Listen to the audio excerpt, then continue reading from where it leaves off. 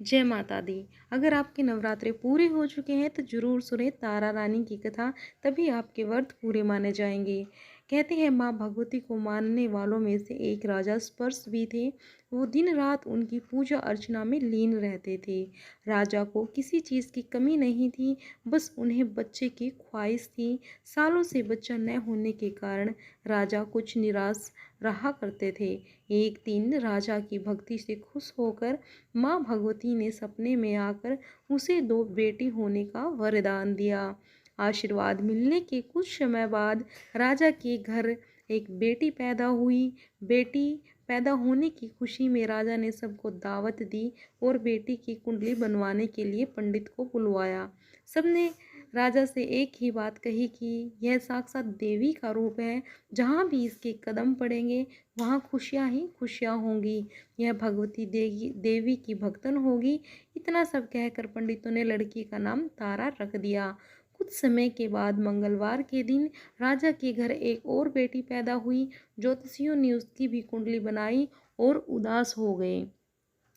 राजा ने जब उनसे उदासी का कारण पूछा तो ज्योतिषियों ने बताया कि ये लड़की आपके जीवन में खूब सारा दुख लेकर आएगी।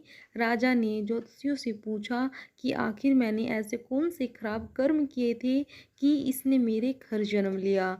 ज्योतिषियों ने बताया कि दोनों बेटियां राजा इंद्र की अप्सरा हुआ करती थी। इनमें से बड़ी बहन का नाम तारा, छोटी का रुकमन था। एक दिन ये दोनों मिलकर धरती की सैर के लिए गई। दोनों ने ही वहां पहुंचकर एकादशी के दिन व्रत रखा। तारा ने अपनी छोटी बहन से कहा, आज एकादशी का व्रत है, इसीलिए बाजार जाकर कुछ ताजे फल ले आओ, लेकिन वहां कुछ खाना मत। रुकमन बाजार फल लेने के लिए चली गई। वहां उसे मछली के पकोड़े दिखे। उसने झट से उन्हें खा लिया और अपनी दीदी के लिए कुछ फल लेकर चली गई। रुकमन से तारा ने पूछा कि तुम अपने लिए फल क्यों नहीं लाई।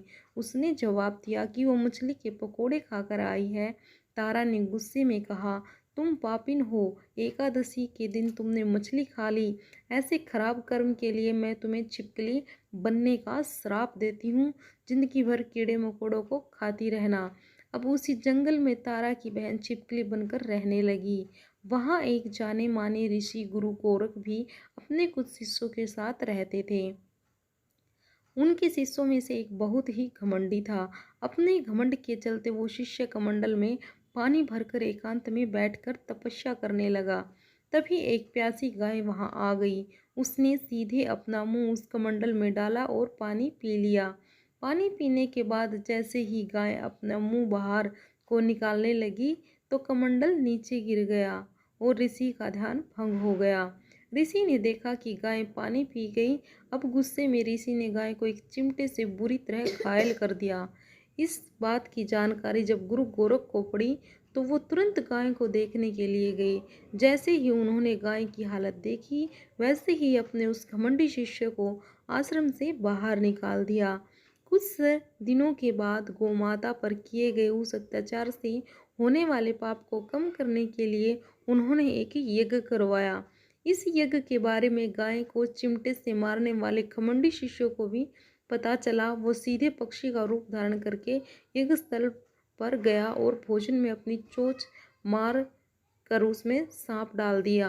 किसी को इस बात की खबर नहीं हुई। ये सब होते हुए तारा से श्राप मिलने वाली छिपकली यानी कि रुक्मिणी देख रही थी।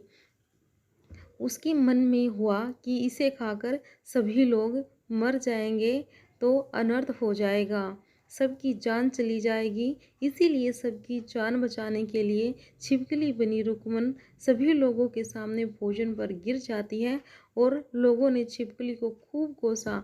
बर्तनों को खाली करने लगे। उसी वक्त भंडारे करने वाले को खाने में मरा हुआ सांप भी दिखा। तब कहीं जाकर सबको समझ में आया कि छिपकली सबकी जान बचाने के लिए ही इसके अंदर जानबूझकर गिरी थी। पिछले बुरे कर्मों का हिसाब रुकमन का इस जन्म में पूरा हो जाता है, क्योंकि उन्होंने अच्छा कार्य किया था। एक दिन छिपकली होने के बावजूद भी इतने अच्छे विचार होने की वजह से यज्ञ में मौजूद सारे महत्वपूर्ण लोगों ने कहा कि हमें इस छिपकली की मुक्ति के लिए प्रार्थना करनी चाहिए। पंडित ने आगे बताया कि सबकी प्रार्थना से ही वो छिपकली तीसरे जन्म में आप जैसे प्रतापी राजा के घर बेटी के रूप में पैदा हुई है। वही तारा ने दूसरी जन्म तारामती के रूप में लिया और अयोध्या के राजा हरिश्चंद्र से शादी की। पूरी कथा आप जरूर सुन के जाना, बीच में बिल्कुल भी मत छोड़ना, क्योंकि व्रत के बाद तारा रानी की कथा पूरी सुनी जाती है। इतनी सब बातें कहने के बाद पंडित ने राजा स्पर्श को रुक्मन को मारने की सलाह दी। इस बात पर राजा बोले, मैं किसी बेटी को कैसे मार सकता हूँ, ऐसा करना पाप होगा। फिर ज्योतिषियों ने कहा कि एक संदूक में सोना चांदी लगवाकर उसके अंदर लकड़ी को रख देना और संदूक को पानी में बहा देना। उसमें लगा हुआ सोना चांदी देखकर लोग नदी से संदूक जरूर निकालेंगे और लड़की की जान भी बच जाएगी। यह पाप भी आपको नहीं लगेगा। राजा ने ज्योतिषियों ने जैसा बताया ठीक वैसा ही किया। संदूक बनवाकर सोना चांदी उसमें जड़ दिया। संदूक देखकर काशी के एक पास ही एक भंगी ने उसे बाहर निकाल लिया। उसने देखा कि वह सोने का संदूक है और साथ में हीरे जवाहरात में कोई बच्ची भी है। इसीलिए उसने संदूक के अंदर की लड़की को पालने का फैसला किया, क्योंकि उसको भी कोई संतान नहीं थी। उसी भंगी व उसकी पत्नी ने खूब प्यार से पाला और रुक्को नाम उसका रख दिया। उन्होंने सोचा यह माता रानी का आशीर्वाद है और यह सोचकर उसकी परवरिश की। बड़े होते ही दोनों ने रुक्को की शादी करवा दी। रुक्को की सासू माँ तारामती और राजा हरिश्चंद्र के महल में साफ सफाई करने का काम किया करती थी। कुछ दिनों के बाद रुक्को की सासू माँ बीमार हो गई और वह किसी काम को भी नहीं कर सकती थी, इसीलिए वह महल में भी काम करने नहीं गई और उनकी जगह रुक्को वहाँ काम करने लगी। तारामती ने उसे देखा और पुराने जन्म के पुण्य के कारण पहचान लिया और उसने कहा, तुम मेरे साथ बैठ जाओ। रुक्को ने बोला कि मैं तो भागनी हूँ, इसलिए आपके पास नहीं बैठ सकती। तब तारामती ने उसे बताया कि तुम पूर्व जन्म में मेरी ही बहन थी। तुमने एकादशी के व्रत के दिन मछली खा ली थी और मैंने तुम्हें दंड देते हुए छिपकली बना दिया। अब तुम्हें दोबारा जन्म मनुष्य का मिला है, तो इस जन्म में माँ वैष्णो की पूजा करके पुण्य जरूर कमा लो। माँ की पूजा से तुम्हारी सारी इच्छाएं भी पूरी होंगी।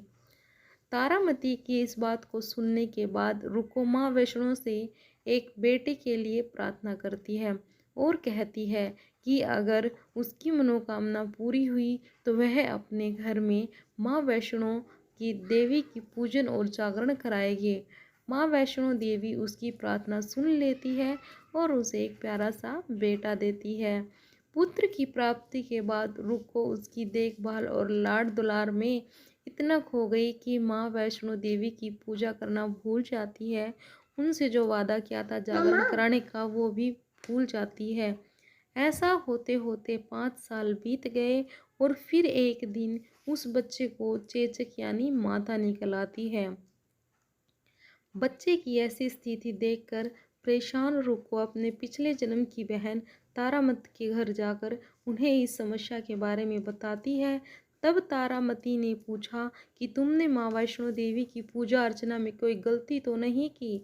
फिर रुक्को को याद आता है कि उसने माँ वैष्णो देवी का जागरण कराने का प्रण लिया था, जो वह भूल चुकी थी। ये बात याद आते ही रुक्को को काफ़ी पछतावा हुआ और मन ही में माँ से कहा कि बच्चे के ठीक होते ही वह अपने घर में जागरण कराएगी। अगले ही दिन उसका बेटा पूरी तरह ठीक हो जाता है। तभी रुक्को ने माता रानी के मंदिर जाकर पुजारियों को कहा कि मंगलवार के दिन घर में जागरण करवा दीजिए। रुक्को की बात सुनकर पंडित कहते हैं कि तुम यहीं 5 रुपये दे दो, तुम्हारे लिए हम मंदिर में ही जागरण करा देते हैं। रुक्को कहती है, मुझे पता है मैं चमारिन हूँ, इसीलिए आप भेदभाव करते हैं, लेकिन आप मेरे घर आकर ही जागरण करवा दीजिए। माँ किसी तरह का भेदभाव नहीं करती, सभी इंसान उनकी नज़रों में एक ही है, तो आपको भी नहीं करना चाहिए। इस पर पंडित ने विचार विमर्श करके कहा कि अगर रानी तारामती आपके जागरण में आती है तो हम तुम्हारे घर में आकर जागरण करने के लिए तैयार हैं। पंडित की बातें सुनकर रुको अपनी बहन रानी तारामती के पास जाती है और तारामती को सारी बातें बताती है। रुको की बातें सुनकर तारामती जागरण में जाने के लिए तैयार हो जाती है और इस बात को बताने के लिए रुको जब पंडित जी के पास जाती है तो उनके बीच की बातों को सेना नामक नाई सुन लेता है। फिर वह राजा हरिश्चंद्र को जाकर सारी बातें बता देता है। राजा के मन में हुआ कि रानी को नीच जाति वालों के घर जागरण में नहीं जाना चाहिए। इसी वजह से वह अपनी उंगली काट लेते हैं ताकि वो दर्द की मारा रात भर सो ना पाए, रानी जागरण में ना जा सके। जब जागरण का समय होता है तब भी राजा को जागते हुए देखकर रानी मन ही मन माँ वैष्णो देवी से प्रार्थना करती है कि हे माँ, महाराज को नींद आ जाए ताकि मैं जागरण में जा सकूं। रानी की प्रार्थना के कुछ ही देर बाद राजा को नींद आ जाती है। फिर रानी तारामती रोशनदान में रस्सी बांधकर महल के नीचे आकर रुको के घर चली जाती है। इसी जल्दबाजी में रास्ते में ही रानी का रेशमी रुमाल और एक पाँव का कंगन गिर जाता है। इधर कुछ वक्त बाद राजा हरिश्चंद्र की नींद टूट जाती है। नींद खुलने पर रानी को अपने पास न देखकर राजा उसकी तलाश में निकल जाते हैं। रानी को ढूंढते ढूंढते उन्हें रानी का रुमाल और कंगन मिलता है। रानी की चीज़ों को अपने साथ लेकर राजा जागरण स्थल पर पहुंचते हैं। एक जगह चुपचाप बैठकर जागरण सुनने लगते हैं। माँ वैष्णो देवी के जयकारे के साथ जागरण खत्म होता है। बोलिए जय माँ वैष्णो देवी, और सभी को प्रसाद दिया जाता है। तब रानी अपने हिस्से के प्रसाद को झोली में डालकर ले जाती है। रानी के ऐसा करने पर लोग उनसे पूछते हैं कि वो प्रसाद क्यों नहीं खा रही। अगर आप प्रसाद का सेवन नहीं करती हैं तो जागरण में आए लोग भी प्रसाद नहीं खाएंगे। तब रानी बोलती है कि वह प्रसाद राजा के लिए था, अब आप मुझे प्रसाद दे दीजिए। फिर अपने लिए प्रसाद लेकर रानी सबके सामने खा लेती है। रानी के प्रसाद खाते ही जागरण में मौजूद सभी भक्तों ने भी प्रसाद खाया। उसके बाद रानी महल के लिए निकल जाती है। तभी रास्ते में ही राजा उन्हें रोक कर पूछते हैं कि तुमने नीच जाति के घर प्रसाद खाकर खुद को अपवित्र कर लिया है। तुमने मेरे लिए भी प्रसाद रखा है, अब तुम उसे मुझे भी अपवित्र करना चाहती हो। अब मैं तुम्हें अपने महल नहीं लेकर जा सकता। यह बोलते हुए जब राजा रानी की झोली को देखता है तब उन्हें प्रसाद की जगह गुलाब, चंपा जैसे अनेक फूल और कच्चा चावल व सुपारी नजर दिखाई देती है। इस चमत्कार को देखकर राजा हैरान हो जाता है। फिर राजा चुपचाप रानी को अपने साथ महल लेकर पहुंच जाते हैं। वहां रानी बिना माचिस के ही माता रानी के सामने दीप जलाकर राजा हरिश्चंद्र को और हैरान कर देती है। फिर रानी बोलती है कि माता के दर्शन करने के लिए बहुत बड़ा त्याग करना पड़ता है। इसके लिए आपको अपने बेटे रोहितास यानी कि रोहित की बलि देनी होगी, तभी माँ दुर्गा आपको साक्षात दर्शन देगी। यह सुनकर राजा के मन में माँ के दर्शन की इच्छा होने लगी, जिसके लिए राजा अपने पुत्र की बलि दे देता है। बलि देने के बाद माँ दुर्गा शेर पर सवार होकर प्रकट हो जाती है। उन्हें देखकर राजा हरिश्चंद्र काफ़ी खुश हो गए और माँ दुर्गा ने तुरंत राजा के बेटे को दोबारा जिंदा कर दिया। इस चमत्कार को देखकर राजा हरिश्चंद्र खुश हो गए।